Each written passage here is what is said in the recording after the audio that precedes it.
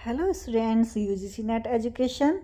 तो आज हम बात करते हैं Carl Rogers humanistic theory of personality. Carl Rogers कौन थे और उनकी ह्यूमनिस्टिक थ्योरी ऑफ पर्सनैलिटी क्या थी।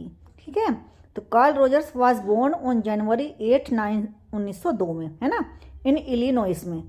और in 1942 he published his book counselling and psychotherapy and with in the next few years he developed his concept of the self and as the organization factor in human personality and form the principle of non-directing client centered style of therapy। ठीक है, दो थी, non directive और client centred therapy. Carl Rogers was not only one of the propounder of the humanistic approach but also one of the most renowned therapist in 20th century, यानी कि therapist भी थे वे, है ना। Rogers his theory is also known as self theory. किस नाम से जानी जाती है? As self theory.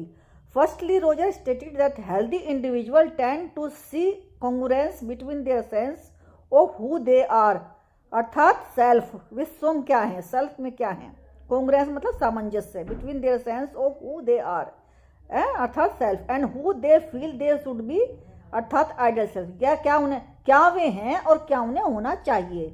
इसमें सामंजस्य बिठाने वाले को ही क्या कहते हैं? सेल्फ के बारे में बात करते थे। फर्स्टली रोजर स्टेटेड, और second is Carl Rogers concept of conditioning required for healthy growth. Carl Rogers theory can be delineated under the following 3 headings. दूसरा क्या था? Carl Rogers concept of conditions required for healthy growth, या फिर कुछ ऐसी conditions हो जिसमें healthy growth of individual की हो पाए।